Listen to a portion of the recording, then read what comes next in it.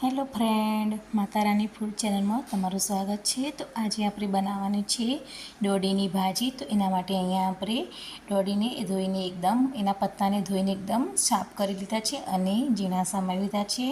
અને હવે આપણે એનો વઘાર કરી લઈશું। તો એના માટે અહીંયા મેં 2 ચમચા જેટલું તેલ લઈ લીધું છે, અંદર રાઈ અને જીરાનો વઘાર કરી લીધો છે। હવે એની અંદર આપણે નાખી દઈશું હિંગ। હવે આપણે વઘારમાં નાખી દેવાની છે લસણ। તો લસણથી એકદમ સરસ એવો એનો ટેસ્ટ આવશે।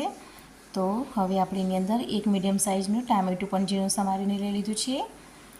હવે આપણે એની અંદર નાખી દઈશું મસાલા। તો અહીંયા મેં મરચું, હળદર અને ધાણા જીરું પાવડર નાખી દીધું છે, અડધી ચમચી જેટલું। મસાલાને આપણે આ રીતના હલાવીને મિક્સ કરી લઈશું। તો ટામેટું થોડું ચડી જાય પછી આપણે એની અંદર નાખી દઈશું દોડીના પત્તા જે આપણે સમારીને રાખ્યા છે, એ ધોઈને એકદમ સાફ કરી લીધા છે। તો હવે આપણે એને ડાયરેક્ટલી નાખી દઈશું અંદર।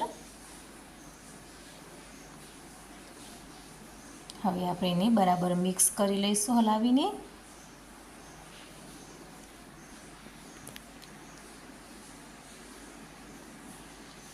આ રીતના બરાબર આપણે મસાલાની અંદર એને મિક્સ કરી લઈશું।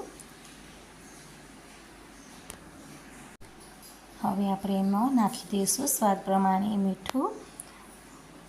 હવે એને ફરીથી બરાબર હલાવીને મિક્સ કરી લઈશું। દોડીની ભાજી ખૂબ જ ગુણકારી છે, એટલે અત્યારની સિઝનમાં જો દોડી તમને મળી રહી આ રીતના એના પાન, તો બનાવીને જરૂરથી ખાવા। તો અહીંયા આપણે એને ઢાંકીને પત્તાને બફાવા દઈશું। તો આપણે ઢાંકીને 5-10 મિનિટ માટે એને એમના એમ બફાવા દેવાના છે। તો હવે જોઈ લઈશું તો પત્તા એના એકદમ સરસ કૂણા પડી ગયા છે, અંદર બફાઈ ગયા છે। આ રીતના બરાબર મિક્સ કરી લીધું છે।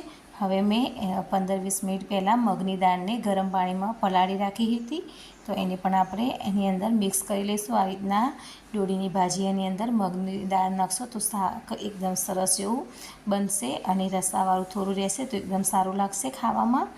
તો આ રીતના તમે આની અંદર મગની દાળ જરૂરથી ઉમેરી લેજો। દોડીની ભાજીની અંદર ખૂબ જ શાક એવું ટેસ્ટી અને ગુણકારી બનશે। અને દોડીની ભાજી તો ખૂબ જ ગુણકારી છે, તો એના ગુણો તો તમે જાણતા જ હશો। અને અત્યારની આ જ સિઝનમાં આપણે દોડીની ભાજી મળી રહે છે, તો લાવીને જરૂરથી એનું શાક બનાવવું।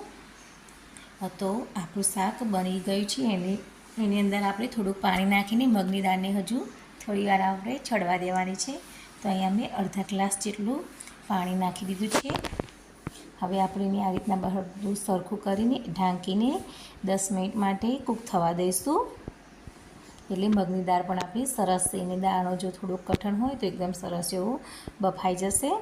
તો 10 મિનિટ જેવું થઈ ગયું છે। હવે આપણે જોઈ લઈશું શાક। તો આપણું શાક દોડીનું બનીને તૈયાર થઈ ગયું છે અને એકદમ સરસ એવું દેખાય છે। મગની દાળ આપણે એની અંદર નાખી છે એટલે તો શાક સરસ મજાનું આપણું બનીને તૈયાર થઈ ગયું છે।